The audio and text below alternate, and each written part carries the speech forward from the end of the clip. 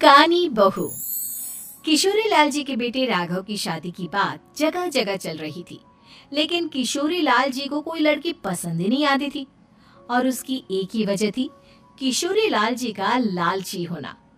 उनको लड़की वालों से मोटा दहेज चाहिए था और इसी चक्कर में एक दिन वो एक बहुत पैसे वाले के घर अपने बेटे का रिश्ता लेकर पहुंचे।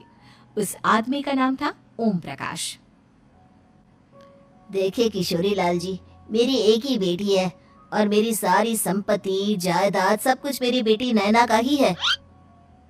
पापा, नाम से लगता है बहुत खूबसूरत होगी। कितना अच्छा नाम है ना, नैना। ओ, वैसे बात तो सही है आपकी। अब इतना पैसा है, जमीन जायदाद है, इकलौती बेटी, आप भी क्या करेंगे? सब कुछ उसे ही देंगे ना। बिल्कुल ठीक पहचाना आपने। बस बेटी की शादी और सारी जायदाद उसके नाम। पापा, बिना देखे हाँ कर दीजिए ना। इतना अच्छा रिश्ता फिर कहाँ मिलेगा? माला माल हो जाएंगे हम। मैं अपनी बेटी को बुलाता हूँ। अरे नहीं नहीं नहीं नहीं, आपकी बेटी का नाम नैना है, सुनकर ही लगता है बहुत सुंदर होगी। रहने दीजिए अंकल, मैं तो आपकी बेटी के नाम से ही इतना खुश हो गया हूँ कि उसे बिना देखे शादी करने को तैयार हूँ। अब तो मैं उसका चेहरा सीधे शादी के बाद ही देखूंगा। और इस तरह राघव नैना का चेहरा नहीं देखता और उससे शादी कर लेता है। शादी के बाद अपनी सुहाग रात पर जब राघव नैना का घूंघट उठाकर देखता है तो नैना की आंखें बंद थी। कितनी खूबसूरत हो तुम नैना, जरा अपनी आंखें खोलकर मेरी तरफ देखो तो सही। नहीं, मुझे शर्म आती है। अरे, मैंने तुम्हें शादी से पहले भी नहीं देखा, और अब अगर तुम आंखें खोलकर मुझे देखोगी भी नहीं तो मुझे अच्छा कैसे लगेगा?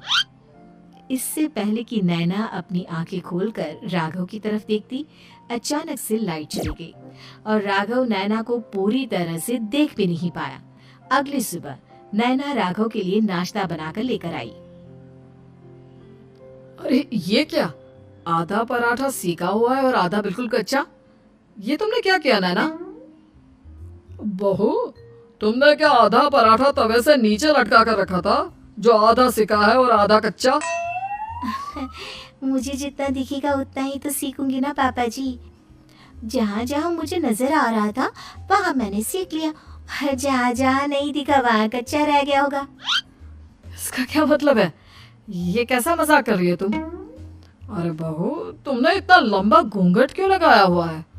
देखो, हमारे घर में बहुओं को बेटी की तरह रखा जाता है, और फिर तुम तो इतना सारा माल लेकर आई हो। देखो, ये घूंघट डालकर रखने की कोई जरूरत नहीं है। हाँ नैना, पापा जी ठीक कह रहा है, तुम तो आराम से रहो, अपना ही घर समझो। नैना अचानक से अपना घूंघट उठा लेती है। अरे ये क्या पापा, नैना की तो एक आंख फूटी हुई है। नाम से नैना, लेकिन ये तो कानी बहू निकली। मेरे साथ धोखा हुआ है, धोखा। बिना दिखाए अपनी कानी लड़की मेरे संग ब्याह दी। मुझे कानी भी नहीं चाहिए।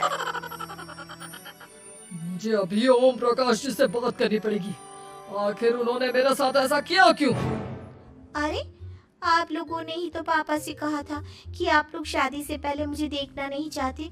अब मेरे पापा पर क्यों इल्जाम लगा रहे हैं? अरे लेकिन उन्हें बताना तो चाहिए था ना कि तुम कानी हो, एक आंख से तुम्हें दिखाई नहीं देता। किशोरी लाल और राघव नाराज होकर ओम प्रकाश को अपने घर बुलाते हैं। पापा जी, ये आपने क्या किया? शादी से पहले बताया क्यों नहीं कि नैना की आंखों में परेशानी है?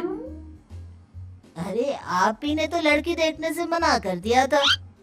और लेकिन आप बता तो सकते थे। आपको तो हमारी बेटी की प्रॉपर्टी चाहिए थी, वो भी पूरी की पूरी। अब क्या हुआ अगर उसे आधा दिखाई देता है? प्रॉपर्टी तो आपको पूरी मिल गई ना। और ये क्या बात हुई?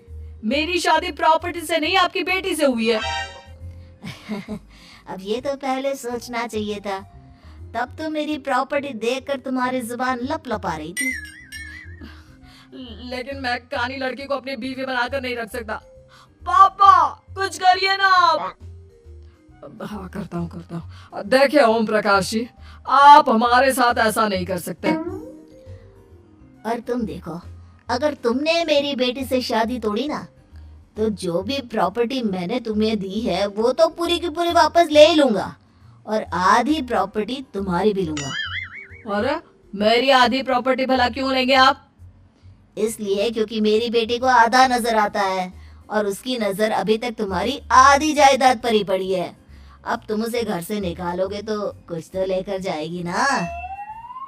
और अगर हम आपकी बेटी को अपने घर की बहू बनाकर रखे तो? तो तुम्हारी पूरी प्रॉपर्टी तुम्हारी ही रहेगी, और जो मैंने तुम्हें दिया है ना, उसमें से बस मैं आधा लेकर जाऊंगा। अरे लेकिन अब आप अपनी दी हुई प्रॉपर्टी में से आधी वापस क्यों लेकर जाएंगे? अगर मैं आपकी बेटी को अपनी पत्नी बनाकर रखने को तैयार हूँ तो? इसलिए ताकि भविष्य में अगर तुम मेरी बेटी को धोखा दो तो उसके पास कुछ तो रहे जो पति का हो। वैसे मेरे पास तो बहुत कुछ है, लेकिन अपने पति की कोई निशानी तो उसके पास होनी चाहिए ना। अब अगर तुमने मेरी बेटी को कहानी कहा तो तुम्हें प्रॉपर्टी भी कहानी ही मिलेगी, पूरी नहीं। जमाए राजा। किशोरी लाल और राघव समझ चुके थे कि वो बुरी तरह फंस चुके हैं और अब उनके पास वहां से निकलने का कोई चारा नहीं है। अब समझ में आया ना, लालच बुरी बला होती है। एक तो तुम्हें प्रॉपर्टी मिली, ऊपर से बीवी मिली, उसमें तुम्हें नखरे भी दिखाने हैं। आए बड़े, चुपचाप बैठो तुम। कुछ दिनों के बाद नैना राघव की कार लेकर बाजार घूमने निकलती है और जब कार लेकर वापस आती है, ये क्या? एक तरफ से मेरी गाड़ी पूरी खराब हो चुकी है। लगता है तुमने मेरी गाड़ी को किसी दूसरी गाड़ी के साथ एक्सीडेंट किया है। अरे कितना बड़ा नुकसान कर दिया तुमने बहू।